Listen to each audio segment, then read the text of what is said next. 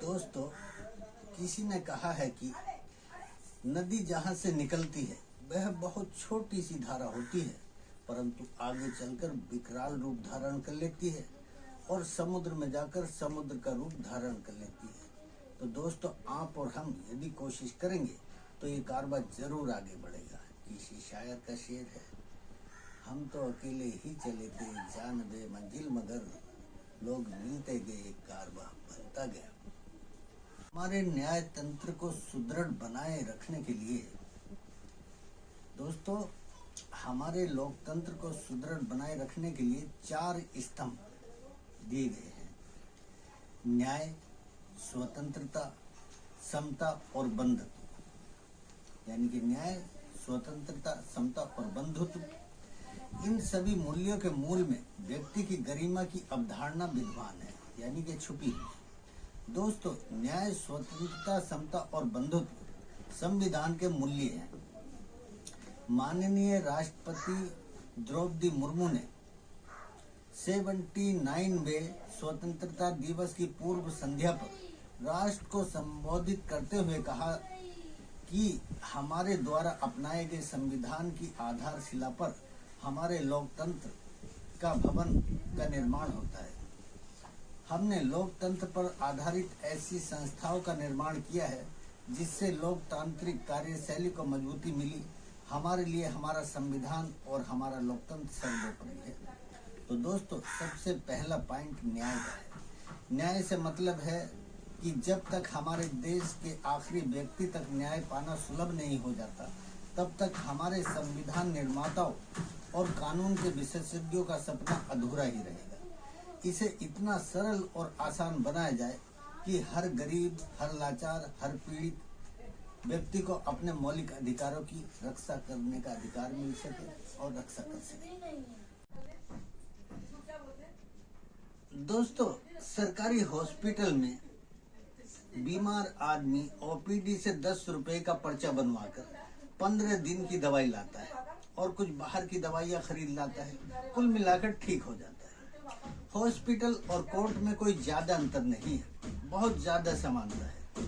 जैसे ओपीडी में 10 रुपए का पर्चा बनता है, वैसे ही रजिस्ट्रार के यहाँ क्रिमिनल केस में 5 से 10 रुपए के एप्लीकेशन पर टिकट लगाकर रजिस्ट्रार के यहाँ एप्लीकेशन दर्ज की जाती है।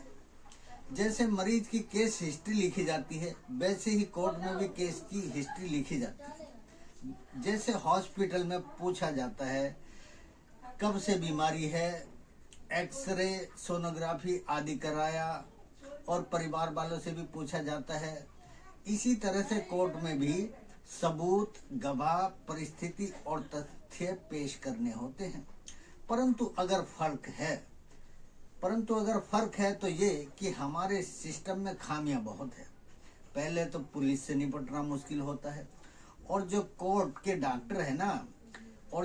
के डॉक्टर यानी कि वकील हैं, वे 5,000 रुपए तो सिर्फ रजिस्ट्रार के यहाँ एप्लीकेशन देने के ले लेते हैं। और जितने आगे बढ़ते जाओगे, हर तारीख पर 5,000 से 10,000 रुपए के बीच आपकी जेब खाली होती रहेगी, और यह भी नहीं पता कि ट्रायल कब शुरू होगा और केस का फैसला कब आएगा। जब तक मामला कोर्ट की दहलीज पर जाता है, यानी कि जब तक मामला कोर्ट की दहलीज पर जाता है या सरकारी वकीलों के पास जाता है, तब तक तो न जाने कितने मामले दम तोड़ चुके होते हैं। वैसे तो हमारे देश में रिट दाखिल करने का चलन है, परंतु यह भी जनता वकीलों की मार्फत ही करती है। स्वास्थ्य कल्याण विभाग की गाड़ी तो गली गली, गांव गांव घूमती है, परंतु ऐसी व्यवस्था कोर्ट में नहीं दिखाई देती है। कोर्ट व्यवस्था को इतना सुलभ और आसान बनाया जाए ताकि प्रत्येक व्यक्ति को न्याय मिल सके। हो सके तो ये प्रथम सूचना रिपोर्ट लिखने की जिम्मेदारी पुलिस को न दी जाए। एक तो पुलिस पर लोगों का भरोसा नहीं, दूसरा देश का प्रत्येक व्यक्ति जानता है कि हमारे देश की पुलिस भ्रष्टाचार में लिप्त रहती है।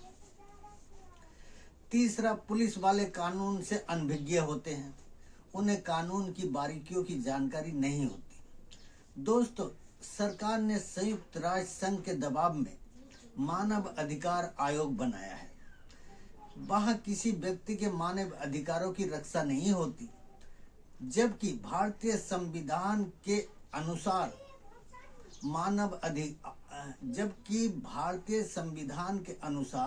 मानव अधिकार आयोग को स्वयं की अदालतें गठित करने का अधिकार दिया गया है, परंतु मानव अधिकार आयोग पुलिस से सिर्फ सिफारिश करता है, मामले में इन्वेस्टिगेशन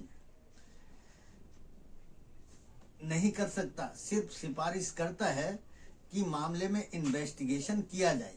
पुलिस या मानव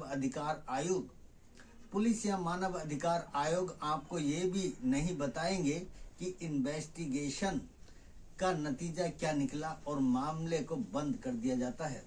मानव अधिकार आयोग को किसी पर भी कार्यवाही करने का या स्वयं इन्वेस्टिगेशन करने का अधिकार नहीं है। पहले सीबीआई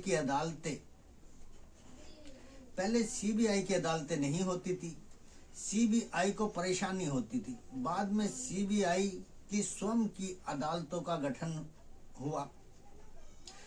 इसी तरह एनआईए, नेशनल इन्वेस्टिगेशन एजेंसी